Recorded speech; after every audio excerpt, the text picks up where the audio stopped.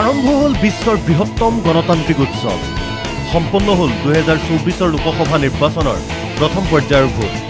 21 ৰাজ্য কেন্দ্ৰীয় শাসিত অঞ্চলৰ 102টা সমষ্টিত পুৱাৰে পৰা ভোট গ্ৰহণ প্ৰথম পৰ্যায়তে নিৰ্ণয় হ'ব শাসক বিৰোধীৰ বহু ৰথী মহাৰথীৰ ভাগ্য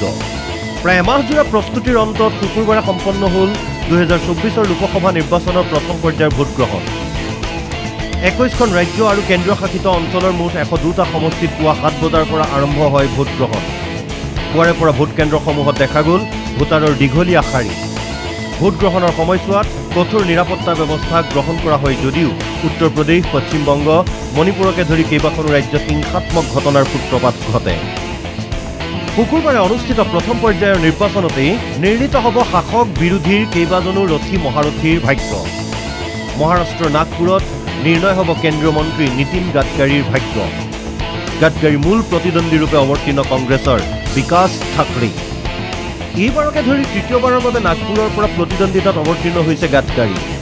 2019ত 55.7% ভোটেৰে বিজয়ী হৈছিল কেন্দ্ৰীয় মন্ত্ৰী গাডকাৰী তামিলনাডুৰ কইম্বাটুৰত বিজেপিৰ প্ৰাৰ্থী কে আন্নামালাই কইম্বাটুৰত আন্নামালাইৰ প্ৰতিদ্বন্দ্বী ডিএমকেৰ সভাপতি ৰাজকুমাৰ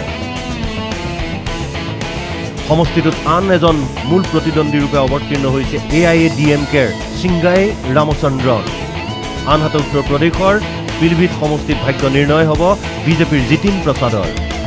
বিজেপিৰ বাবে প্ৰত্যাহ্বান হ'ব সমাজবাদী পাৰ্টীৰ ভগৱন্ত গাংগুৱাৰ প্ৰথম পৰ্যায়তে মধ্যপ্ৰদেশৰ চিনমাৰা সমষ্টিত নিৰ্ণয় হ'ব কংগ্ৰেছৰ নকুল নাথৰ ভাগ্য নকুল নাথৰ প্ৰতিদ্বন্দ্বী হ'ব বিজেপিৰ বিবেক বান্তি সাহু 2019 নিৰ্বাচনত কংগ্ৰেছ নেতা কমল নাথৰ পুত্ৰ নকুলে জয়লাভ কৰিছিল 47.1% ভোটেৰে ইয়াৰ উপৰিও প্ৰথম পৰ্যায়তে আন কেইবাখনো ৰাজ্যত নিৰ্বাচনী যুঁজত অৱতীৰ্ণ হৈছে বিভিন্ন দলৰ আন কেইবাজনো প্ৰভাৱশালী প্ৰাৰ্থী শুকুৰবাৰে ইভিএমত বন্দী হ'ল কেন্দ্ৰীয় মন্ত্ৰী কিৰেণ ৰিজিজুৰ ভাগ্য অৰুণাচল পশ্চিম সমষ্টিত হেট্ৰিকৰ লক্ষ্য ৰিজিজুৰ প্ৰতিদ্বন্দ্বী কংগ্ৰেছৰ হেভিৱেইট নাবাম টুকি তামিলনাডুৰ শিৱগংগাত কংগ্ৰেছ প্ৰাৰ্থী কাৰ্তি চিদাম্বৰম কাৰ্তিৰ প্ৰতিদ্বন্দ্বী এআইএডিএমকেৰ এ জেভিআৰ আৰু বিজেপিৰ দেৱনাথন যাদৱ উল্লেখ্য যে প্ৰথম পৰ্যায়ৰ নিৰ্বাচনৰ জৰিয়তে ভাগ্য নিৰ্ণয় হ'ব মোদী মন্ত্ৰীসভাৰ 8জন মন্ত্ৰীৰো নিউজ ডেস্ক ৰিপৰ্ট NKTV+